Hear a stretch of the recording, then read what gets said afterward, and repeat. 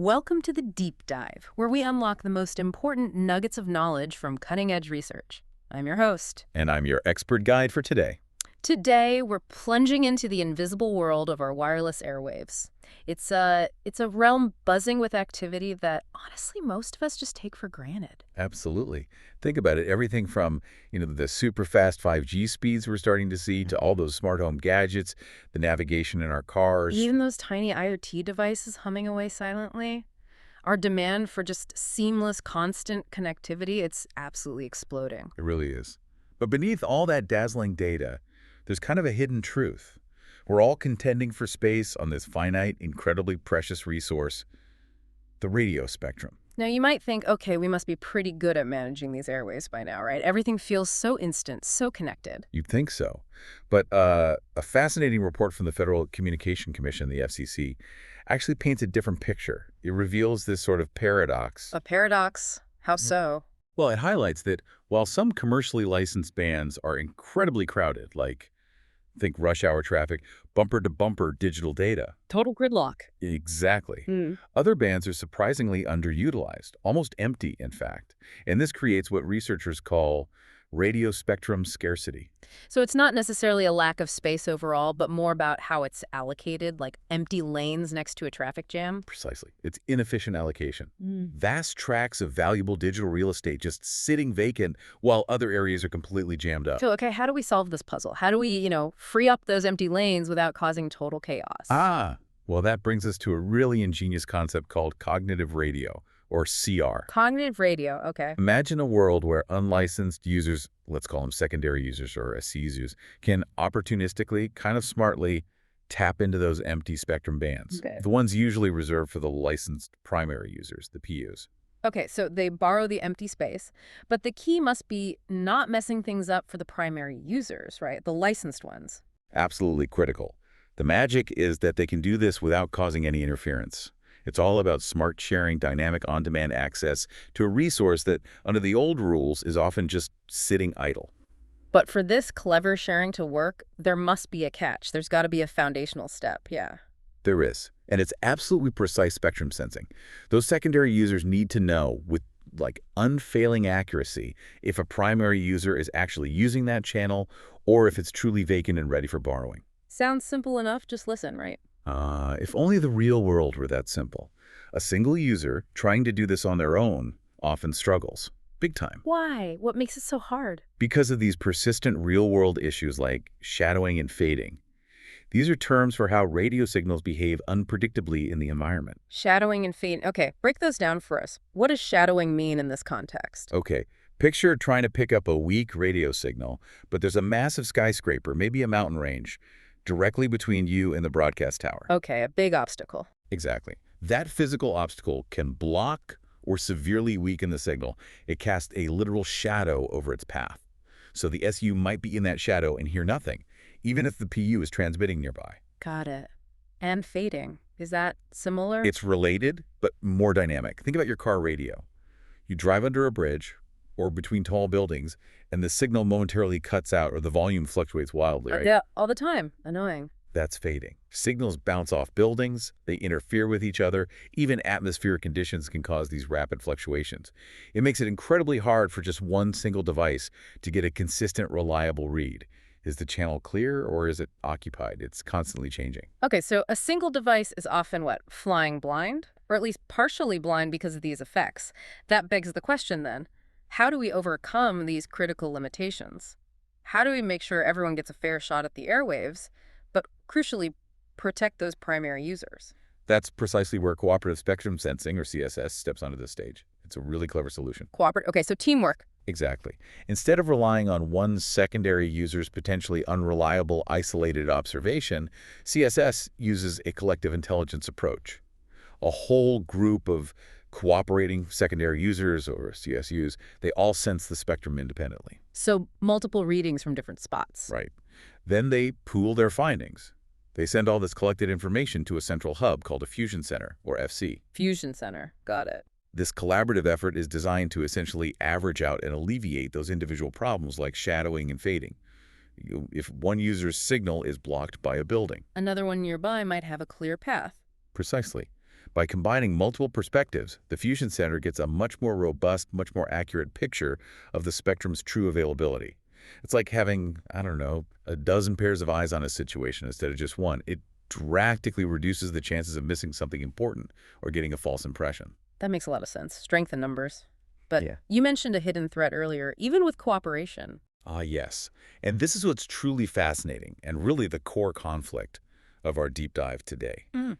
Even in a system built on cooperation, on collective intelligence, you still face this hidden, insidious threat. And it's not just a technical glitch. No, not at all. This isn't about accidental errors. It's about intentional deception. A silent saboteur lurking within the system itself. Wow, okay. This threat comes in the form of what's called a Byzantine attack. This is when malicious users, or MUs, Malicious users. Okay, the bad guys. right, they deliberately, strategically feed incorrect sensing information to that central fusion center. They're not just making mistakes, they are actively trying to misguide the entire network. Sabotage. Pure and simple. Exactly. And this intentional sabotage can drastically degrade the overall performance, the reliability of the whole cooperative sensing system. It completely undermines the very foundation of trust that CSS is built upon. And that, listeners, sets the stage perfectly for our mission today. We're going to pull back the curtain on a really cutting-edge solution. It's a truly ingenious piece of research. An effective entropy-based weighted algorithm. It sounds complex, but the idea is incredibly powerful. It really is. And it's not just some minor technical tweak. This is like a dual-purpose tool. It's designed to not only dramatically enhance the performance of cooperative spectrum sensing, making it far more accurate, more efficient, but also... Alex is a sophisticated detective. Exactly. Accurately identifying those malicious users who are trying to sabotage the system from within. And here's why it's such a potential game changer. It's built to work everywhere, both in homogeneous networks where all the users have pretty similar sensing conditions. Like an open field. Right. And also in complex heterogeneous networks where environments and user capabilities can vary wildly, like our real-world cities. Which is crucial for practical use. Absolutely. So join us as we delve into how this cutting-edge research tackles these incredibly complex real-world problems.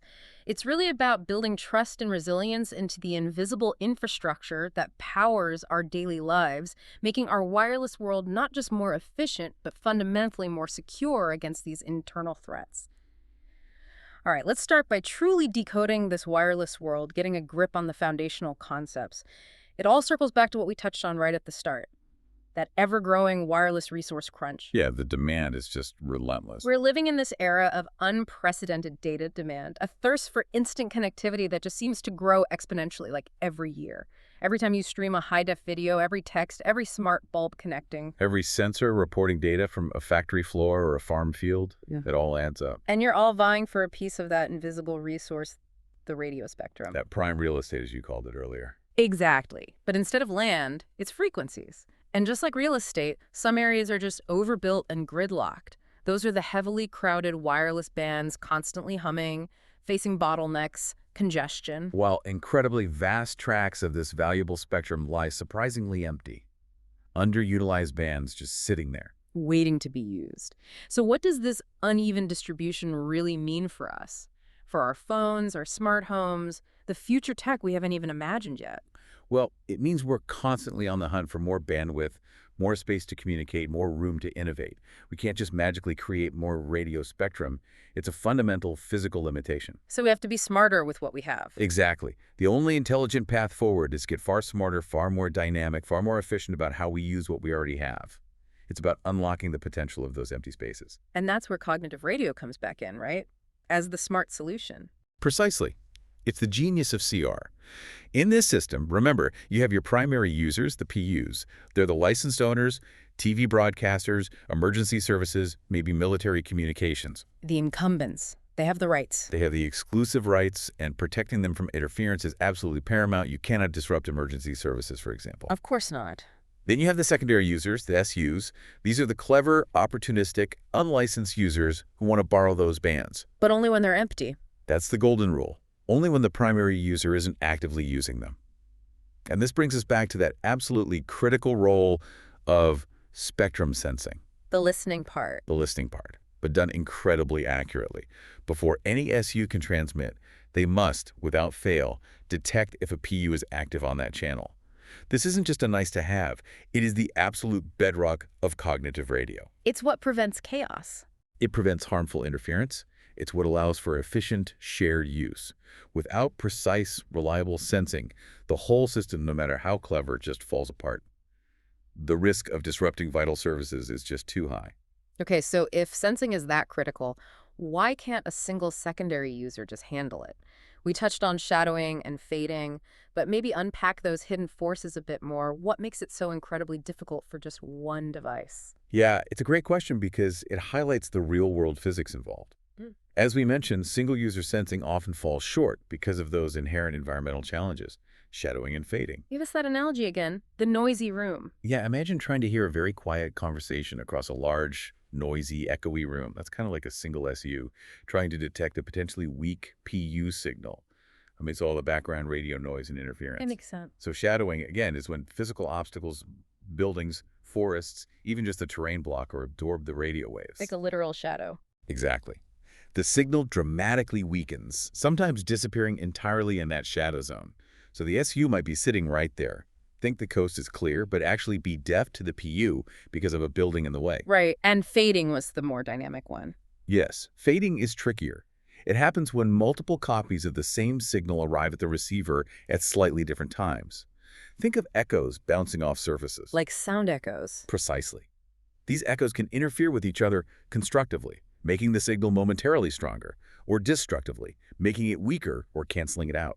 Atmospheric conditions also play a role. It causes these rapid, unpredictable fluctuations in signal strength. The car radio cutting out under a bridge example? Exactly that. For a single SU, these unpredictable effects can easily lead to missed detections, thinking a channel is free when a PU is actually there. Which causes interference. Bad. Very bad. Or it can lead to false alarms, thinking a channel is busy when it's really vacant. Which wastes spectrum. Also bad, just differently. Right. Both scenarios undermine the whole point of CR. Either you cause disruption or you fail to capitalize on available resources. So if one pair of ears isn't enough, you bring in a whole choir, right? That's the cooperative spectrum sensing idea. Build that collective intelligence. You've got it. That's the core idea of CSS.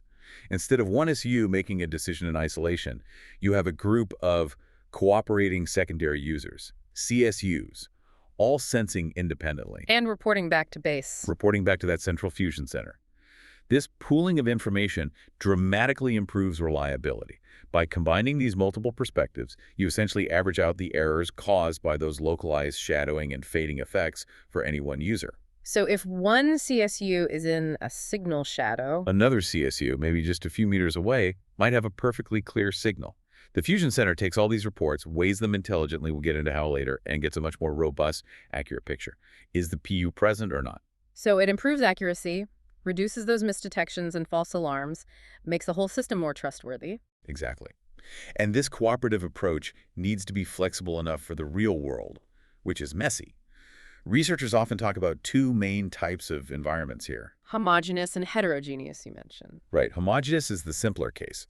All the CSUs experience pretty similar radio environments. Think of phones in an open field, or maybe a large, clear indoor space like an arena. So their individual sensing abilities would be roughly the same. Pretty much, yeah. Making the cooperative decision relatively straightforward. But then you have heterogeneous environments. Which is most places, I imagine. Cities, towns. Absolutely. Much more common and much more challenging. Here, the CSUs experience wildly different radio environments, so their individual detection performances vary hugely. Like phones scattered across the city, some deep inside buildings, some outdoors, some near interference sources. Exactly. Each location has unique challenges. Some users might have a great signal, others a terrible one. This variability makes it incredible. So the system needs to be smart enough to handle that diversity, to know which reports might be more reliable based on conditions or something else. Precisely. And the beauty of the algorithm we're focusing on today is that it is designed to handle both. Homogeneous, heterogeneous. It adapts. It figures out how to weigh the information coming from these diverse users. It's like that team of scouts analogy you used earlier, reporting back from different vantage points, some clear, some obstructed. Exactly. The system leverages the strength of numbers, even when those numbers are operating under vastly different conditions. But Here comes the but. Here comes the but. What if some of those scouts are intentionally misleading the team?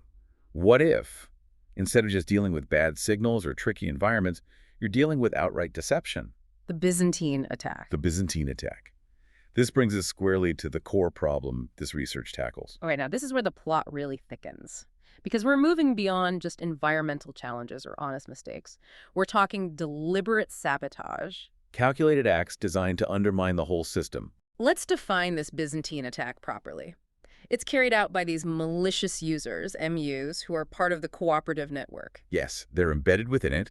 They pretend to be cooperating, but they aren't making honest mistakes in their sensing reports. They are intentionally transmitting incorrect local sensing information to the fusion center. Specifically to mislead it. Exactly. Yeah. To misguide its global decision about whether the channel is free or busy. Their goal is to inject bad data, corrupt the collective intelligence. And the consequence. It drastically degrades the overall performance of the CSS system. It can cause a cascade of problems.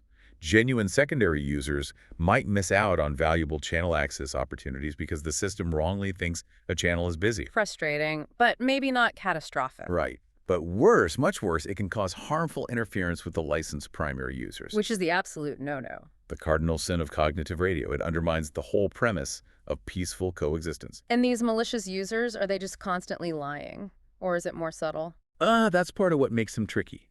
They often use what's called a random attack probability. They might report false information, say 30% of the time, or 70%, or maybe even just 10%. It can vary. So they don't always stick out like a sore thumb. Exactly. Sometimes an MU might behave like a genuine CSU, sending correct information, blending in. This intermittent behavior makes them much harder to unmask than someone who's just constantly wrong. They can build up a bit of trust, then exploit it. Sneaky. And you mentioned two main types of attacks they launched. Yes, two primary attack types, each with a distinct impact. First, there was the false alarm attack. False alarm, okay. Here, the malicious user senses the PU's channel is actually vacant. It's free. But they deliberately report it to the fusion center as busy. So they're crying wolf when there's no wolf. Precisely. The impact. It makes the genuine CSUs, the good guys, miss a channel access opportunity. The FEC is fooled into thinking the channel is occupied. It leads to frustrating underutilization of the spectrum.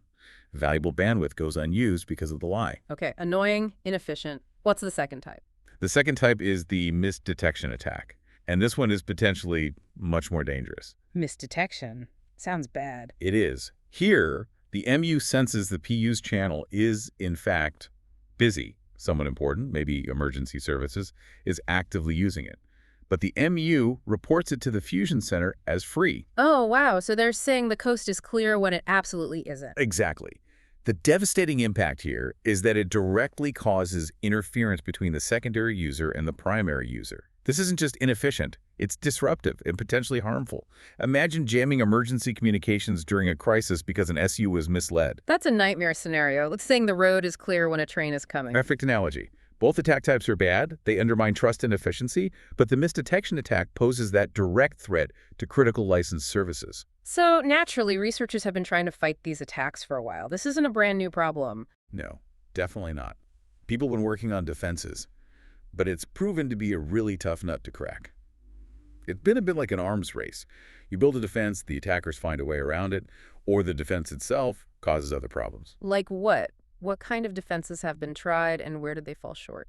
Well, some early ideas involved things like adding extra audit bits to communications, trying to verify messages more strictly. Sounds sensible for security. It does, but the problem was it results in more communication overhead. So you're sending way more data just to check things, which slows the whole network down and eats up bandwidth. Kind of defeats the purpose of being efficient. Right, trading one problem for another. What else? There were various attacker identification frameworks. These could often pinpoint the MUs, which is good, but they didn't always simultaneously improve the overall system performance. You might know where the bad guys are, but the network might still be suffering from their disruption or from the resources spent finding them. So detection wasn't enough on its own? Not always. Then there were earlier attempts using entropy, like the one we're diving into today, but simpler versions. These tried to calculate weights for users based on trustworthiness. Okay, sounds promising. Yeah, but they often relied on simpler comparisons, like just comparing a user's own consecutive decisions, and they often assumed the PU state was consistent. which isn't always true in the real dynamic world. Signals come and go. So maybe too simplistic for the real world. Potentially, yes. Others tried linear weighted combinations, basically trying to mathematically minimize the impact of attacks on the final decision, but maybe not focusing as much on actually detecting and removing the MUs themselves. More like patching the symptoms than curing the disease. I see. And you mentioned one with a major flaw. Ah, yes, the sequential O1 approach. It was attractive because it was low complexity, easier to implement, but it had this critical vulnerability. It could only eliminate one type of attack. Either it could handle false alarms or misdetections, but crucially, not both simultaneously. Wow, so you just attack it the other way. Exactly. It left a huge gaping hole for the other attack type, a fundamentally incomplete defense. What about things like trust scores or learning algorithms? Good question. Trust management algorithms tried to build reputation systems, tracking user behavior over time to identify malicious patterns. A smart idea, but often very complex to implement and manage in a fast-moving wireless system. And more recently, an online learning approach for cooperator selection, OLCS, tried to learn which users were trustworthy and select them. Sounds advanced. Did it work? It had potential, but suffered from a couple of key issues. Firstly, the channel detection performance was compromised due to the lengthy spectrum sensing time slot required for the weights to stabilize. Basically, it took too long to figure out who to trust, and the sensing opportunity might be gone. Too slow for the real world. And secondly, and this is a big one, at very high attack ratios, lots of MUs, it could actually get confused and inadvertently select malicious users for cooperation, making things even worse. Oh, that's bad. Really bad. Yeah. So the core challenge, the sort of holy grail here, has been finding an algorithm that can really do it all. One that can accurately identify these sneaky malicious users and significantly improve the overall detection performance of CSS at the same time. Not just one or the other. Both.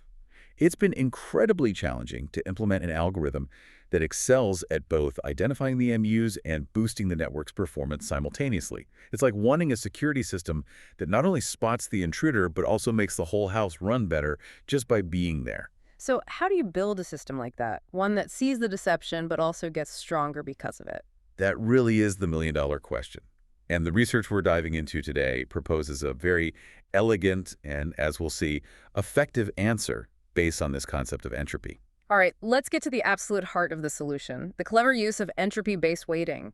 This is the core engine driving both the improved performance and the detection of those bad actors. It really is the key. And entropy, it sounds a bit intimidating maybe, but the concept here is quite intuitive. Okay, break it down simply for us. What is entropy in this context? In simple terms, for what we're talking about, think of entropy as the average amount of information, or maybe better, uncertainty associated with the user's reports. Uncertainty. Yeah. It basically quantifies how surprising or inconsistent a particular cooperating user's report is compared to what the majority of the other users in the group are saying. Ah, so it measures how much of an outlier someone is. Exactly. That's a great way to put it. The intuition is absolutely key here.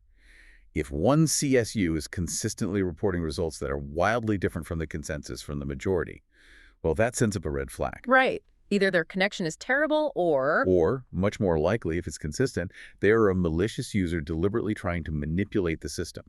This persistent inconsistency, this high surprise factor in their reports, is precisely what leads to a very high calculated entropy value for that specific user. So high entropy equals suspicious user.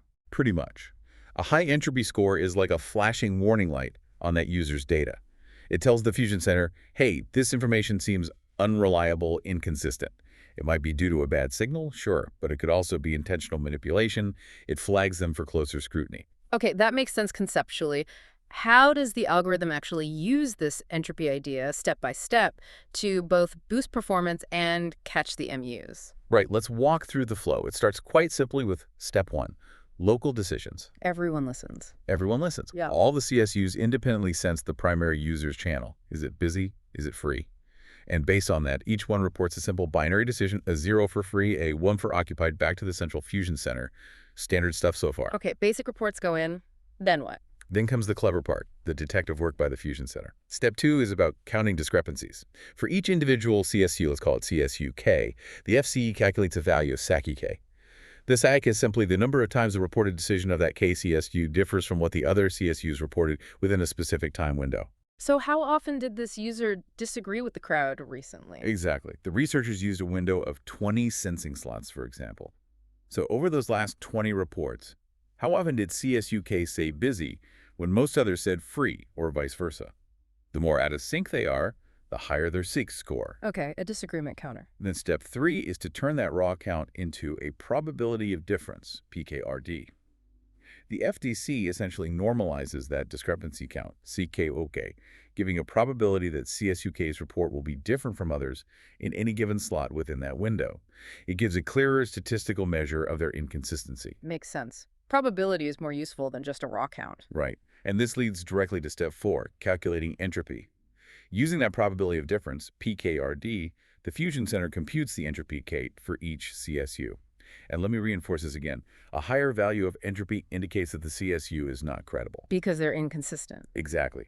Due to data manipulation, maybe genuine sensing problems or erroneous reporting channels, but high entropy flags them as unreliable, potentially malicious. Okay, so now every user has an entropy score reflecting their inconsistency. What next? Step 5 is crucial. Assigning weights, WK. This is where the algorithm translates that entropy score into actual influence on the final decision. The reliability weight for each CSU is calculated very simply, but powerfully, as WK equals 1 entropy. 1 minus entropy, so high entropy means Low weight, exactly. This is the core mechanism. Higher weights are assigned to the genuine CSUs and vice versa. Genuine users who report consistently with the truth, and thus with other genuine users, will have low entropy and therefore receive high weights.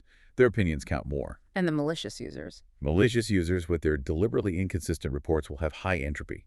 This results in them being assigned very low weights. Their deceptive reports are effectively minimized or even completely ignored in the final calculation. Their voice is quieted. Very clever. It uses their own inconsistency against them. So how is the final decision made? That's step 6, the global decision. The Fusion Center takes all these individual decisions, each multiplied by its calculated reliability weight, WPC, and combines them. It uses what's called a soft-valued decision statistic, essentially a sophisticated weighted average. So the trustworthy voices shout louder. Precisely. Because the decisions from high-weight GCSUs count significantly more, while those from low-weight MUs are effectively sidelined, the system arrives at a final global decision about the channel's state, busy or free, that is far more accurate and robust against manipulation.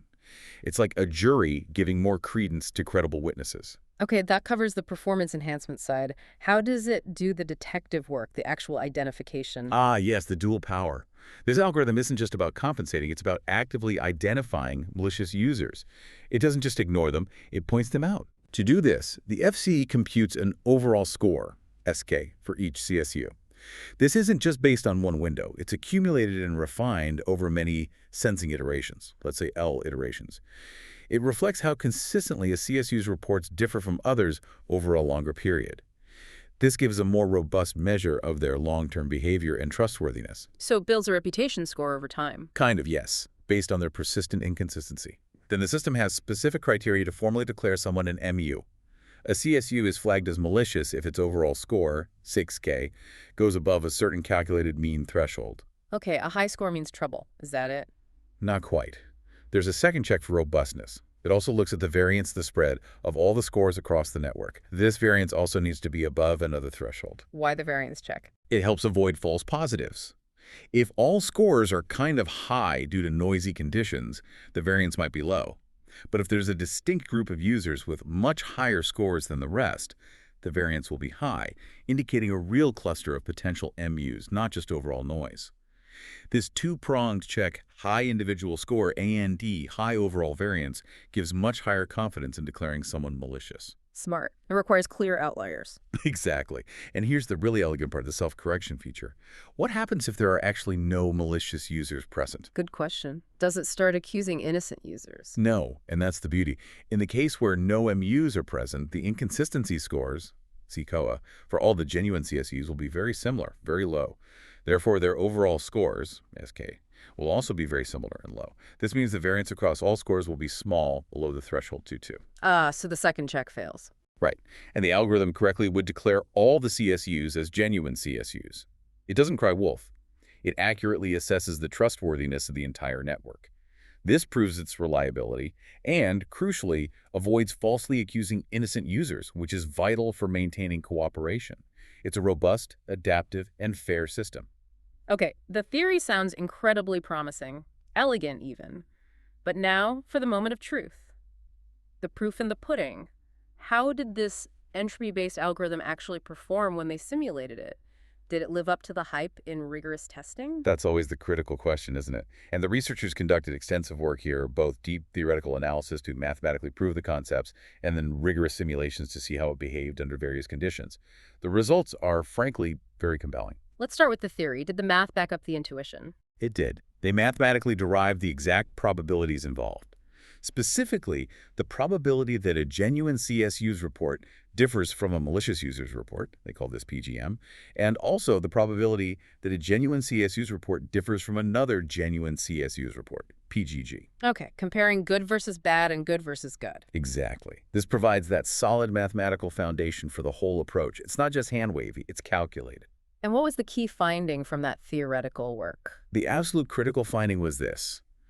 The probability that the report of any malicious user is different from what the other genuine CSUs are reporting, the PRM value, is consistently, demonstrably higher than the probability of two genuine users differing, PGG. Which makes perfect sense. Yeah. MUs are trying to be different from the truth, which the GCSUs are reporting. Precisely. The algorithm essentially leverages the MU's own malicious intent against them. And this leads directly to that crucial link.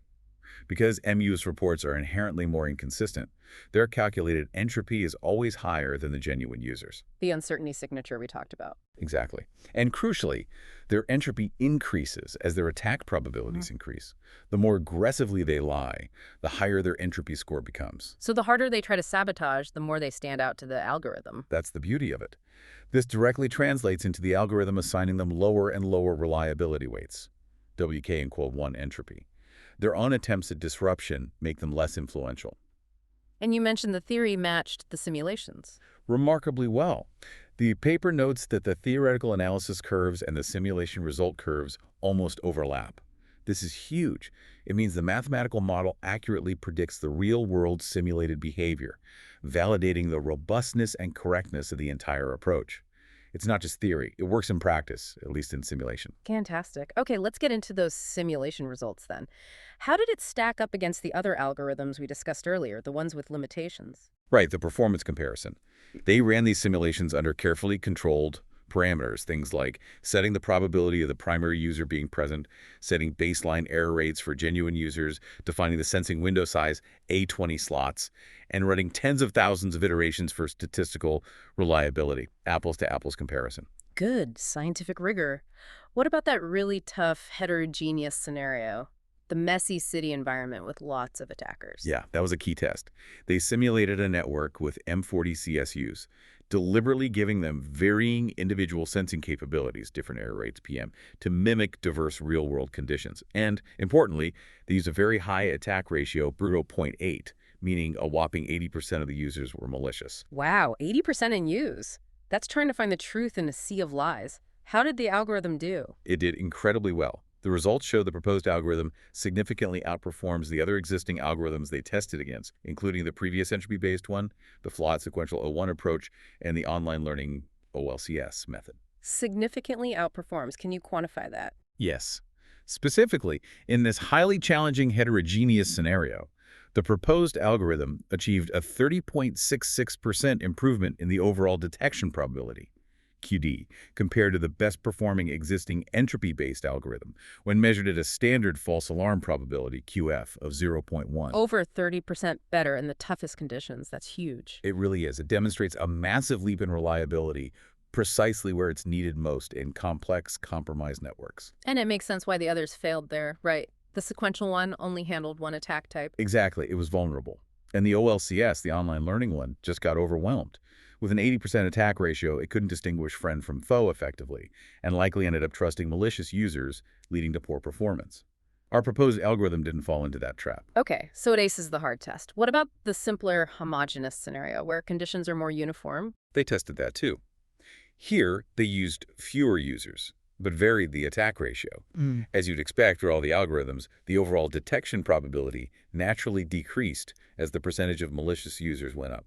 It just gets inherently harder. Makes sense. More noise, harder to find the signal. Right. However, even in this less chaotic environment, the proposed algorithm still clearly outperformed the others. For instance, it showed an even more impressive 47.84% improvement in detection probability over the previous entropy-based algorithm when the attack ratio was 50%, like at zero point 0.5. Almost 50% better there. Wow. So it excels in both simple and complex environments. That's really versatile. It shows remarkable consistency and robustness across different network conditions and attack levels. What about the aggressiveness of the attacks? Did they test how it handles MUs who lie more often? That impact of attack probabilities? Yes, that was figure 4 in their paper, a really insightful result. They analyzed how the detection performance QD changed as the malicious users increased their attack probabilities, piked for false alarms, paid for missed detections. And what happened? Does performance just tank when attackers get really aggressive? Well, performance does decrease for all algorithms as attackers get more aggressive. That's unavoidable. But here's the genius of the proposed algorithm's resilience.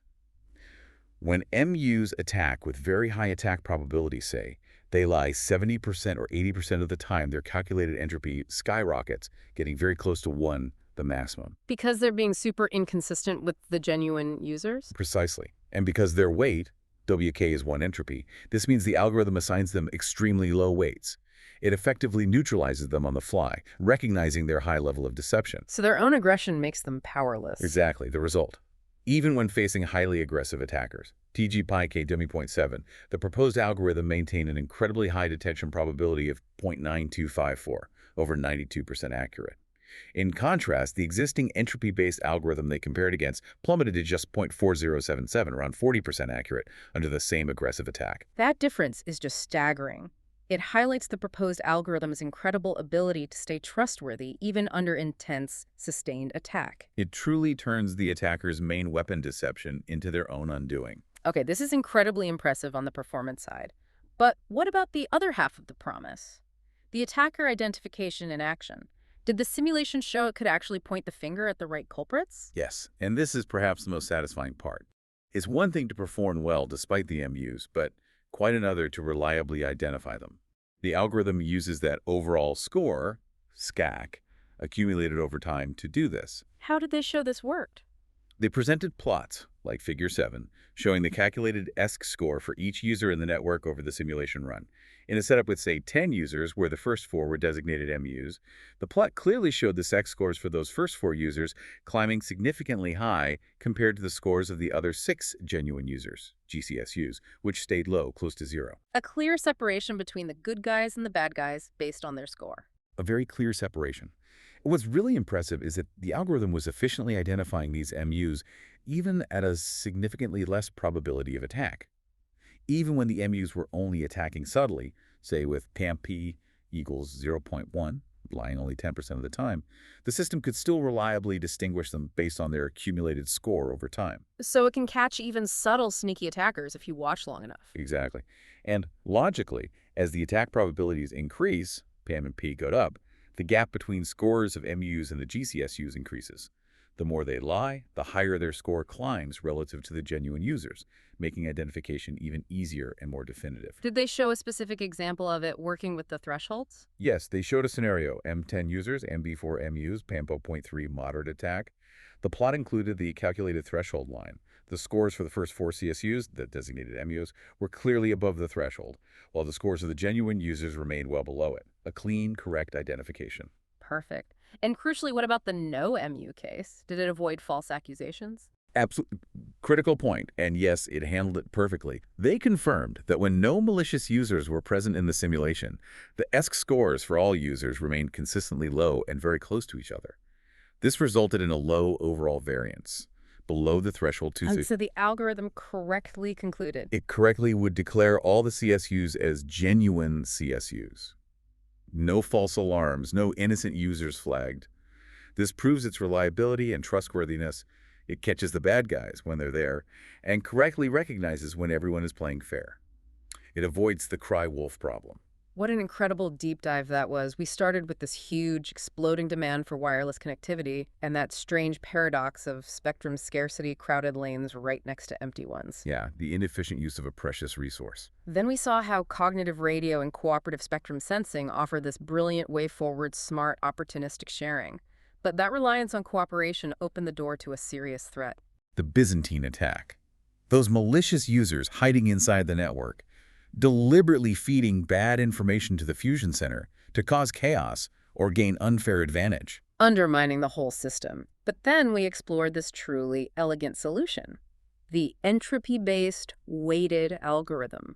Leveraging the very inconsistency of the attackers against them. High inconsistency means high entropy. Which means low reliability weight, effectively silencing their attempts to mislead and boosting the overall accuracy of the network sensing. And not just boosting performance, but simultaneously acting as that sophisticated detective, using the accumulated overall score to reliably pinpoint and identify those malicious users. The results really spoke for themselves, didn't they? Demonstrating superior performance across the board, complex, heterogeneous networks, simpler, homogeneous ones. Significant improvements, especially under high attack ratios where other methods failed.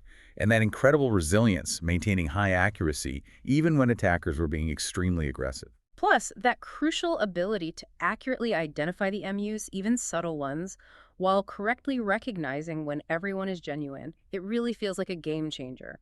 This is about building a wireless foundation that's not just fast, but fundamentally trustworthy and resilient from the inside out. It tackles the problem at its root, using information theory in a very clever way. So we've seen how these clever algorithms can spot and effectively neutralize these invisible saboteurs lurking in our wireless networks, paving the way for a more robust, more efficient future. Thinking about this kind of defense, what really stands out to you? What are the broader implications here? You know, if we really connect this to the bigger picture, this fundamental principle, identifying anomalies, untrustworthy actors, through their inherent uncertainty or inconsistency, that's incredibly powerful. And it feels like it could extend far beyond just radio waves, doesn't it? How so? Where else could this apply? Well, think about other complex distributed systems where trust and accurate information are vital. How might similar entropy-based or trust scoring systems be applied to detect malicious actors or unreliable information in, say, global supply chains, where one bad shipment or false report could cause massive disruption? Or financial markets, where misinformation can spread like wildfire and have huge economic consequences. Exactly. Or even think about social networks and the challenge of identifying coordinated disinformation campaigns or unreliable sources amidst the noise. What other invisible saboteurs might be lurking in these systems, or others we haven't even considered, just waiting for an algorithm, maybe something like this entropy-based approach, to expose them and ultimately strengthen the integrity of the whole system? It makes you wonder what else we could secure by looking for the patterns and uncertainty.